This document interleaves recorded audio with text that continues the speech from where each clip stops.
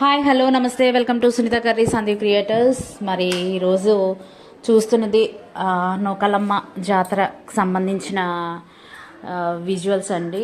ఇవన్నీ చూస్తున్నారు కదా. అమ్మవారికి ఇష్టమైన నైవేద్యం ఏటి ఇష్టమో అమ్మవారికి మనందరికీ తెలుసు. పళ్ళు, పలహారాలు, పిండి వంటలు, పప్పు, అన్నం. మరి ఇవే ఏ తల్లైనా సరే ఇవే కోరుకుంటుంది, ఏ అమ్మవారైనా భగవంతుడైనా. ఎందుకంటే సృష్టిలో ఇవన్నీ ఇచ్చింది వారే.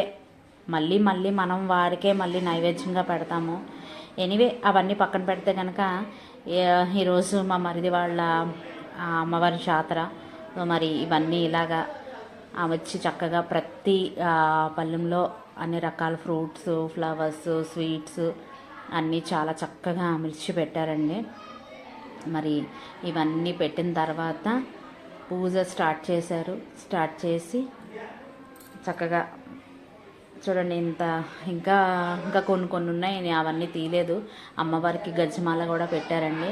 ఇది అనకాపల్లిలో అంటే గ్రామదేవత నూకాల తల్లి. ఇది వాళ్ళు అక్కడ ఘటాల్లాగా 3 ఘటాలు కనిపిస్తున్నాయి కదా, అవి రాత్రంతా కూడా అమ్మవారి పుట్టక, ఆవిడ పుట్టు పూర్వోత్తరాలు, ఆవిడ ఎలా వచ్చింది గ్రామానికి, ఆవిడకి అక్క చెల్లెళ్ళు 7 అక్క చెల్లెళ్ళు, అలాగే ఒక తమ్ముడు పోతురాజు. ఈ స్టోరీ అంతా ఒక 3 పాట పాడే వాళ్ళు తీసుకొచ్చి ఇక్కడ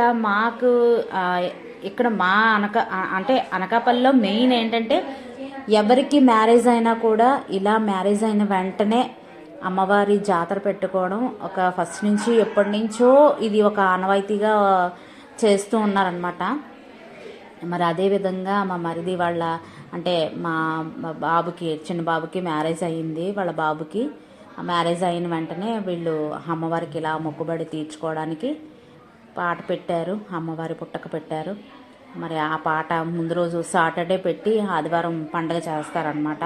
కొంతమంది 5 రోజులు జాతర చేస్తారు, కొంతమంది 3 రోజులు పుట్టక పెడతారు, కొంతమంది ఒక రోజే పెట్టేసి వెంటనే మరుసటి రోజు ఇలాగా అగ్నిగుండం తయారు చేసి అగ్నిగుండం మరి నిప్పులు అవన్నీ తొక్కుతూ ఉంటారు అనమాట. వీళ్ళందరూ కూడా చక్కగా అందరూ బయలుదేరుతున్నారు పండగ వెనకాతల. ప్రతి ఒక్కరు కూడా స్నానం చేసి, మేము కూడా స్నానం చేసాము. స్నానం చేస్తూ దారి పొడుగున అలా వాటర్ వేస్తూ ఉంటారు అనమాట. ఒక వాటర్ ట్యాంక్ పెట్టారు. సో ఇదండి అగ్నిగుండం, అక్కడ నిప్పులు తొక్కుతున్నారు ప్రతి ఒక్కరు కూడా.